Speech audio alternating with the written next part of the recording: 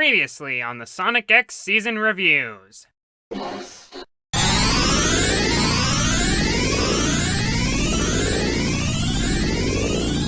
The first season of Sonic X presents a mediocre series that could have been so much more. This could have been a fun and interesting adventure, but instead it was a formulaic and predictable mess.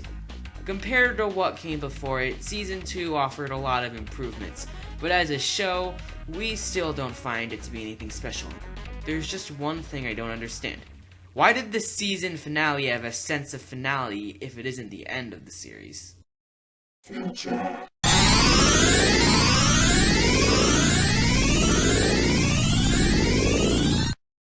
I'm not completely sure, but I have a theory that the next season may have been an afterthought that was created after the success of the show in the West. In the Japanese version of Sonic X, every episode ended with a preview of the succeeding episode. Even the Season 1 finale had a preview for the Season 2 premiere. But the finale to Season 2 did not have a preview. In fact, this season did not even air in Japan at all, due to the previous seasons having poor ratings there. The opposite story occurred in the United States and Europe. The show was consistently #1 in its time slot. And there was a lot of merchandise, ranging from action figures, a tie-in comic, and books that adapted episodes. I actually happen to own one. It shows low-resolution images of episodes, and is written in the font only associated with the best Sonic products, Comic Sans. I got it secondhand for basically nothing, but I still pity the poor man who paid $1.99 for it. Also, some Norwegian boy loved the show so much that he asked the King of Norway if he could change his name to Sonic X. I did not make that up. The important thing to note in this situation is that the Sonic X that was successful was the very lazy and censored version by 4Kids. Their version of the show was very different than the original, and I think it was what sparked the show to make huge changes in its third season. The third season of the show tried something completely different, abandoning the human world almost entirely in favor of space travel. The villain isn't just Eggman this time around, but also the Metarex, a group of evil planet-destroying cyborgs bent on the destruction of life. There's also new characters, much more variety, even more changes, and of course, there's the riskiest and most innovative change yet. Chris is actually slightly less useless. Actually, they just made him a clone of Tails instead of a clone of Amy. But still, his character does see some improvement. So basically, they took the show and changed it from a Sonic Adventure ripoff to Star Trek, Sonic Generations. This season is split among fans of the show, although a clear majority think that this one is the best one of the three. As people who didn't enjoy the first two seasons very much, is Season 3 an improvement or a downgrade to a show that wasn't very good to begin with? Let's end this once and for all with our review of Season 3 of Sonic X.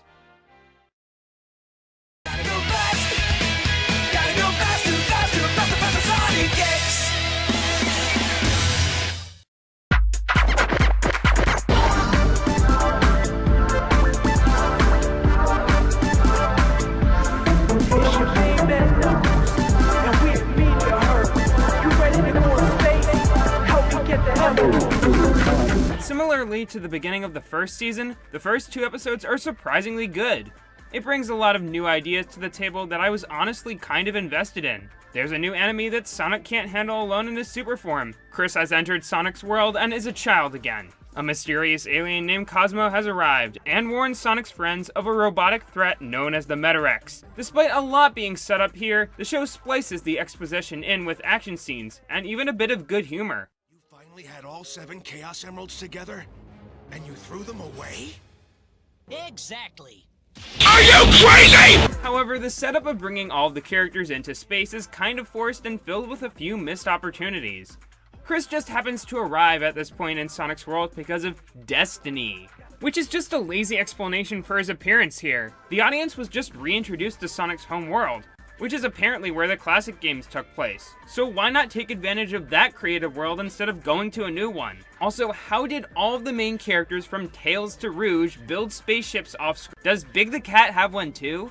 That aside, these first two episodes were really good, and I'll go as far as to put them up with some of the best of the series so far. After this, we get back into everyone's favorite aspect of Sonic X, being extremely formulaic to the point where you can predict how every single plot will go beat by beat. This time, the formula is a bit different, but still the same in many ways. They arrive at a planet in search of a Chaos Emerald, which I thought they were done with at this point, and they need to save the planet's planet egg. But then they get in a jam, Chris saves Sonic with an invention only Sonic can use, they save the planet egg, cue credits.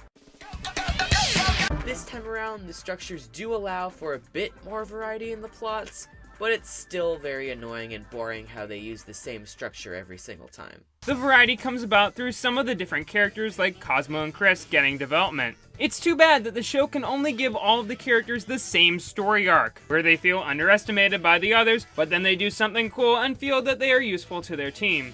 We've already seen this done before with Tails on the Sonic Adventure arc, so there's no need in repeating it again multiple times. On the upside, the writers finally figured out what a payoff is. They made some decent Chaotix episodes, and Knuckles actually consults the other characters before being tricked by Eggman again, so good for them. The characters themselves are honestly a highlight of the season, with the exception of Amy, who is only focused on Sonic 100% of the time. Even though that's only part of her character, all of the characters act like they should. Even Sonic, who finally has that optimistic and adventurous spirit we all know and love from the Dreamcast days. Unfortunately, characters like Amy, Rouge, and Cream don't actually do much. They have already gotten their time to shine in the series, but that's no excuse for doing next to nothing interesting with them. Speaking of interesting, that's what happens to the plot when a certain edgelord comes back from the dead. Hey, remember that time when I was actually impressed they had the guts to actually kill off Shadow? For one thing, the show was smart enough to not bring Shadow back from the grave, completing his arc and making him one of the show's best characters. Well, oops! Shadow has always been a fan favorite character, so I sort of understand why they keep bringing him back from the dead. However, it does feel kind of cheap every time they do it.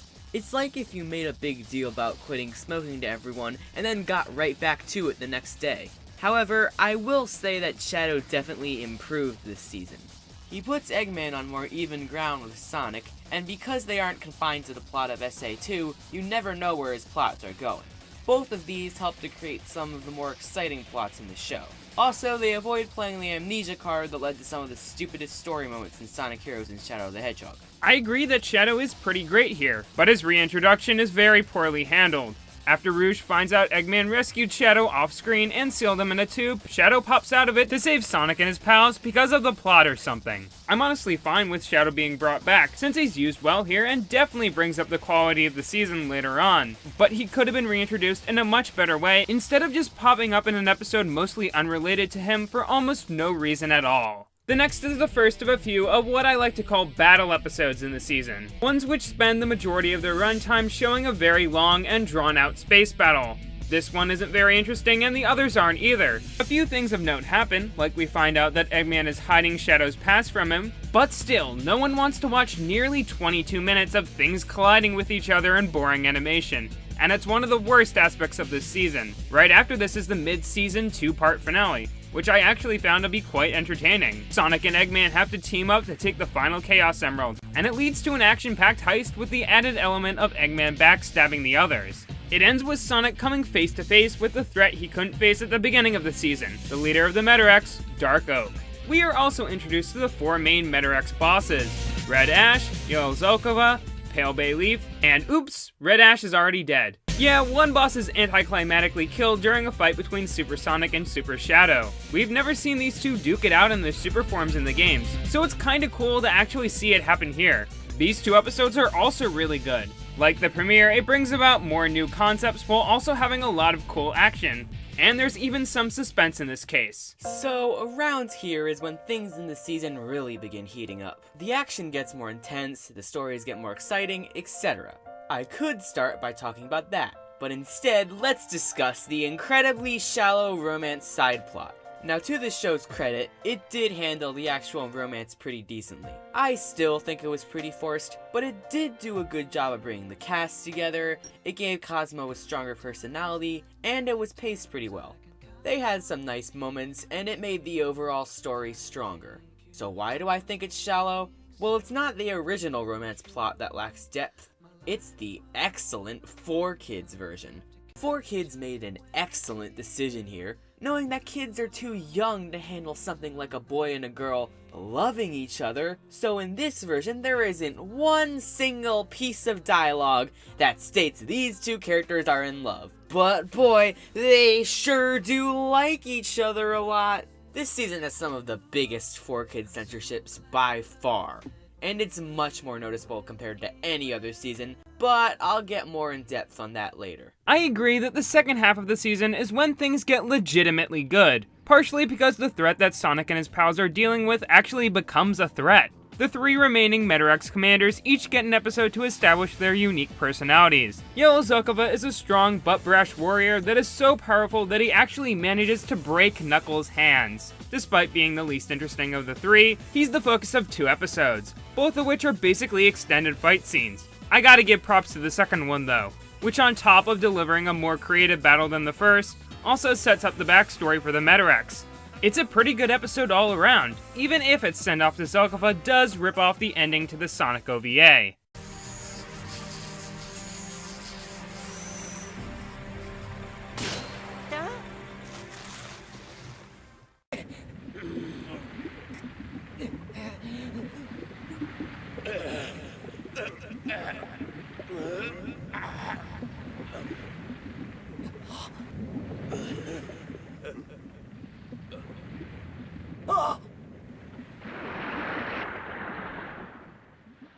Then there's an episode where the manipulative black narcissist kidnaps Chris and Cosmo because they made terrible mistakes and went there alone. Sonic goes to save them, but he's told that he has to do whatever black narcissist wants to save them. Then Sonic gets super edgy for no apparent reason. He just sorta gets mad and turns black and beats some guys up. Then Eggman shows up and basically tells Sonic to cut it out and leaves. Then this whole event is never mentioned again. It's really pointless and fails to leave any sort of emotion across besides confusion. At least, that's how it was in the 4Kids version. Was it any different for you, Nick? Surprisingly, this scene is pretty similar between the 2 versions. You would think that Sonic basically turning into a dark version of Super Sonic would have a lot of build-up and payoff. Having the ability to transform like this seems like it would be a huge part of Sonic's character, like his dark side that he has to control, but it is never mentioned again after this. Besides that, this episode does have a few positives. Black Narcissus is a really serious and interesting villain, and I liked how Eggman seemed disappointed in his adversary for transforming. It shows that the Mad Doctor actually has some respect for Sonic, and I think that adds an extra layer to their relationship. Although the 4Kids dub actually does ruin that part, by adding in some bad puns and cheesy music like they always do. And while I do like Mike Pollock as Eggman and feel that he's the best thing to come out of this dub, his delivery here makes it sound like he's a teacher scolding Sonic, which doesn't really capture the original intentions of the moment. Listen, Sonic. I'm really disappointed in you. From now on, be careful not to let your temper get out of control. Also, this line really bugs me. I don't like the way you attacked Chris and Cosmo. It's one thing to take them prisoner and threaten them, but when you actually hurt somebody, that's going too far. Yes, because Eggman has never even tried to hurt a fly. Next, we have an episode that develops one of the other Metarex commanders, the tactical leader Pale Bayleaf, where Shadow meets a girl and some freedom fighters on a planet. The girl, who I'm just going to call Maria too, because that's pretty much what she is, sees Shadow and saves him, thinking he's some kind of hero. Then, when her fellow resistance fighters betray her, she tries to stop the amazingly named Pale Bayleaf's fleet, only to be killed. Shadow, who developed a friendship with her, manages to destroy the entire fleet out of sheer anger. Then, unable to move on, Shadow leaves Eggman and walks off alone, unsure of where to go next, ending on a dark note. Except that note was just too dang dark for 4Kids, because they know that kids just can't handle death, am I right? Death is just a myth like unicorns in Sonic Adventure 3. How could we expose the children to such foolishness? Oh, won't somebody please think of the children? 4Kids, with another intelligent decision, instead has Maria 2 simply fly off in one of the worst bits of editing of all time.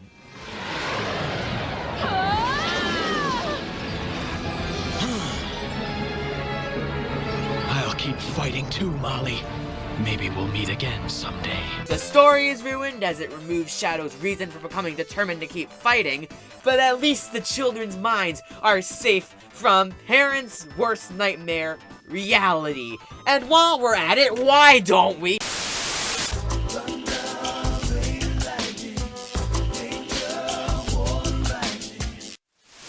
As you can see, we've both gotten a little invested and a little passionate about this show. In fact, maybe even a little too passionate. But right as we're getting into it, this season throws 2 filler episodes our way. In one, Team Sonic helps a race of tiny aliens help rescue their planet's planet egg. This only takes about 3 minutes of the episode, but we still spend the entire episode there, and all that really happens there is that the relationship between Tails and Cosmo is confirmed when they share a romantic moment together, despite the fact that they shared a similar moment together only a few episodes ago. Sure, the team gains a Chaos Emerald out of the whole experience, but either way, it was still very boring. In a slightly better episode, Eggman has teamed up with the Metarex to trap and destroy Sonic and his pals once and for all. But it's another episode-long space fight, and you already know my opinion on those. However, the Japanese version of this episode probably contains the funniest out-of-context moment of the entire series.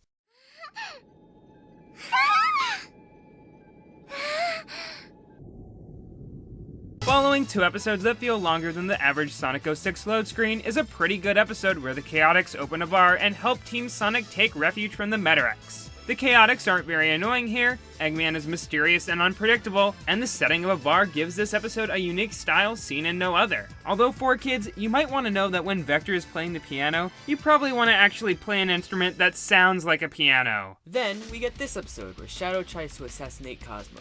Now, 4Kids does take away the impact of this by a bit, since they couldn't possibly imply that Shadow would want to kill her or anything, but this episode does have an overall good feel to it. There are moments where I actually became invested in the story. And then, of course, the characters opened their mouths again. I've always wanted a shadow box! But for what it was, I was impressed they actually managed to make a decently suspenseful episode in a show with lines like this.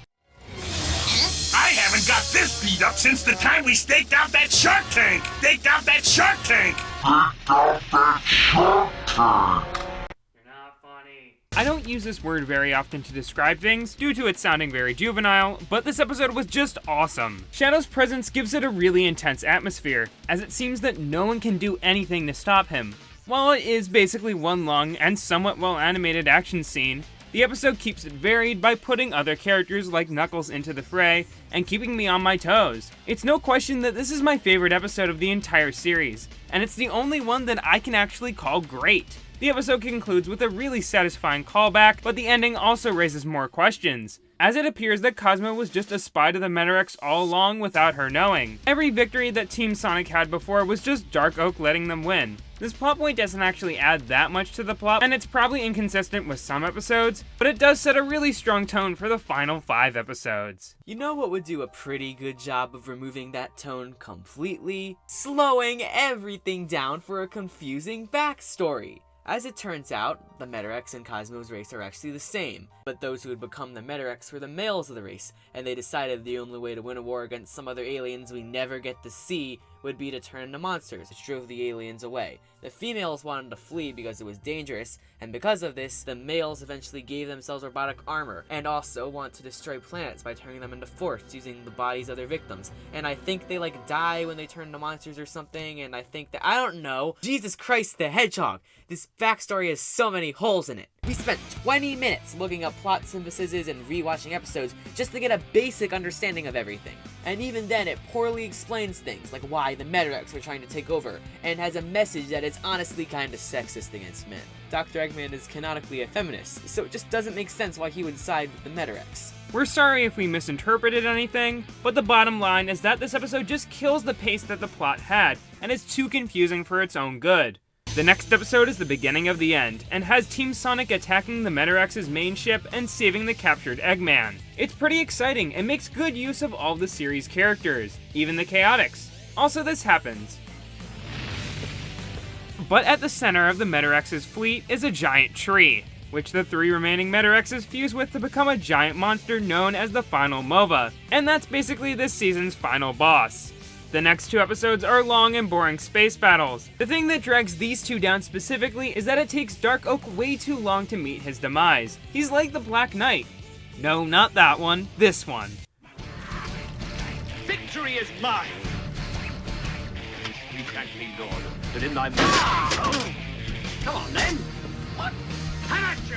Despite these episodes being almost as boring as the soundtrack to Rise of Lyric, they do have some cool moments sprinkled in with the monotonous action. Sonic is swallowed by the fusion and ends up in what I think is their dream, because that makes sense. And there's actually a really interesting conversation between Sonic and Dark Oak, which ends with Sonic's hope and positivity breaking him out of the beast. Knuckles also sacrifices the Master Emerald in the battle, which means that Chris might not have a way to get back to his world, since he harnessed the Emerald's energy to make a portal. This leads to a really neat moment with Chris and Eggman, where Eggman shows some respect towards Chris for his sacrifice. I also thought this was a good bit of subtle character development, and the interactions between the two are one of the most consistent and interesting aspects of the season. And now, we get to one of the most talked about elements of this season, Cosmo's sacrifice. The final MOVA turns into what is essentially a bomb that will destroy the galaxy. So Cosmo, realizing her true power, decides to sacrifice herself to hold the giant MOVA in place and make it safe to destroy.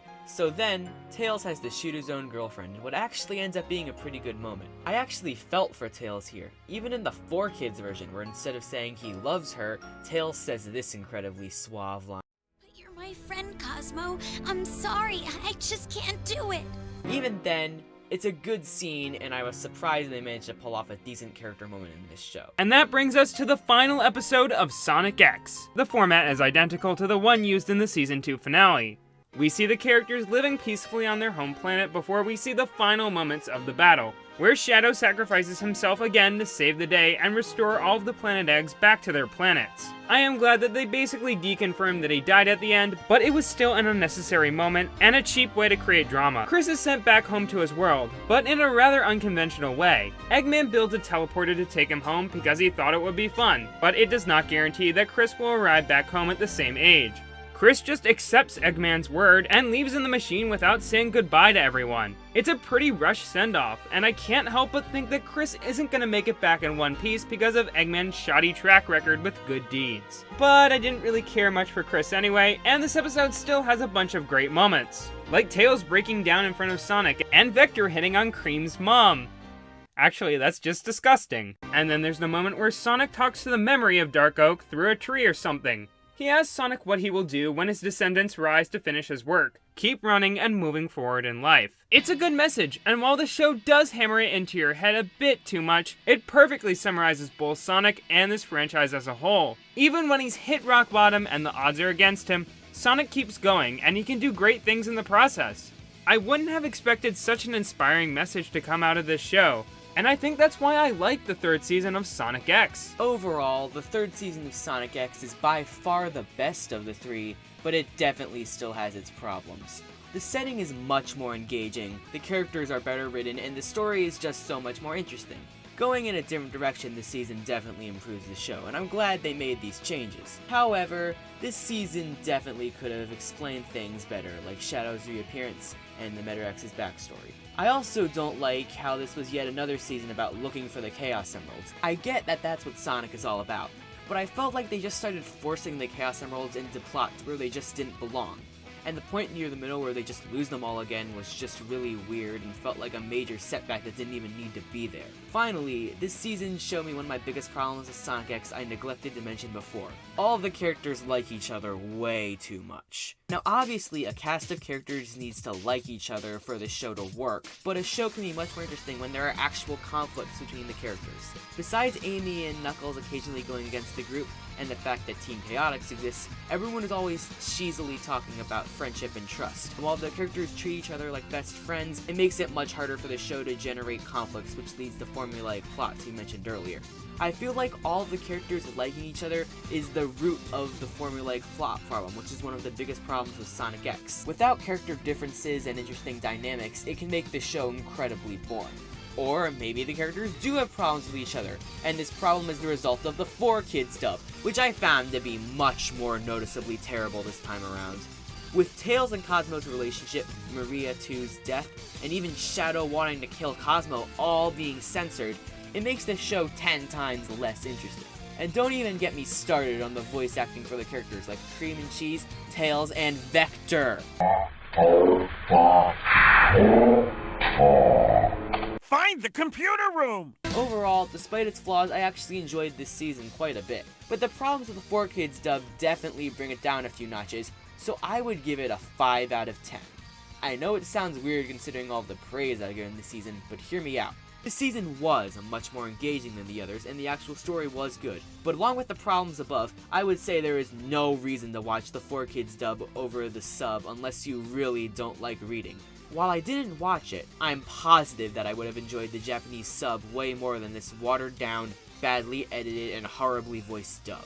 You only need to look at a minute of the Japanese version to know that it is the better one of the two, although I have to disagree with your thoughts on the character dynamics. While the prominent themes of trust and friendship are certainly cheesy, I found them to be a little charming too. They're a staple of the Sonic franchise, and without it, we wouldn't have great lines like, Real superpower of teamwork!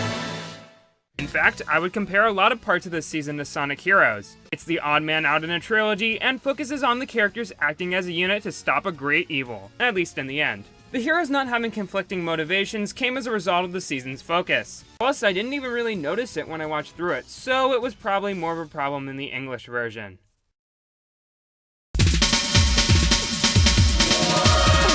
Overall, I was really surprised that I enjoyed the season as much as I did, especially when it was taking place in space, which is an animation cliche and a clear sign that the writers were running out of ideas. Completely changing the tone and making things darker would also spell disaster for a lot of shows, and it didn't go very well when Sonic did it before either. But Sonic X actually benefited from this change, as it was able to put its characters into actual danger. There was a feeling of uncertainty and dread throughout a good chunk of the season, and it actually made me grow a connection with the characters. I would even call episodes in some moments truly great. And despite a few debatable plot points, it also gave the show a pretty satisfying ending. Yes, lots of negatives carry over from seasons 1 and 2, like the commonly recycled animation and filler. Yes, there were some boring episodes and some aspects of the story that were poorly executed, but for something that wasn't even originally planned to happen, Season 3 of Sonic X was surprisingly solid, and I give the Japanese version a 7 out of 10. And that ends our season reviews of Sonic X. It's been quite a long ride, one which consisted of a mediocre start, a decent middle, and a surprising end. Overall, we give the Japanese version a 6 out of 10. It's got some heart, but it's wrapped up in some poor production values and characters. It's a fine show, but we would only recommend you watch it if you're a Sonic fan, or if you're just really interested. But definitely stay far away from the poor dub by 4Kids, which we give a score of 5 out of 10 because it sucks. And we've already given enough explanation for that. Despite it airing in syndication for an entire decade, Sonic fans don't really talk about this show anymore. Outside of the comic series, a few new and expensive DVD releases, and a few references in official material, Sonic X really hasn't had much of a legacy. Many fans just remember it as that other Sonic anime that had an annoying character and a bad English dub.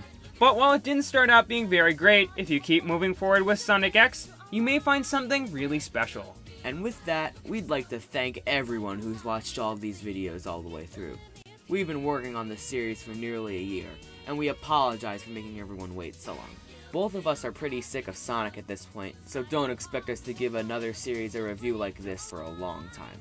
And with that said, there's one more thing we need to do. Gotta go fast! Gotta go fast! Gotta go faster, faster, faster, faster, faster! Moving at the speed of sound. Make tracks. Can't get that tog around. Got ourselves a situation, stuck in a new location without any explanation. No time for relaxation. Don't blink. Don't think. Just go, go, go, go, go, go, go, go. Na na na na na na na na na na na na. Sonic, he's on the run. Sonic, he's number one. Sonic, he's coming next, so watch out for Sonic. Gotta go fast. Sonic, gotta go fast.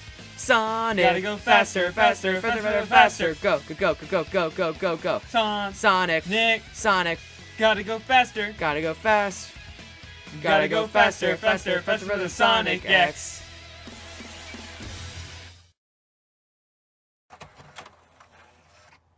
Well, that was better than I expected, but I'm still not completely sure who sent me this. Well, I'm not just gonna sit here and talk all day. I'm gonna figure out who this person is and why he sent this to me. Yeah!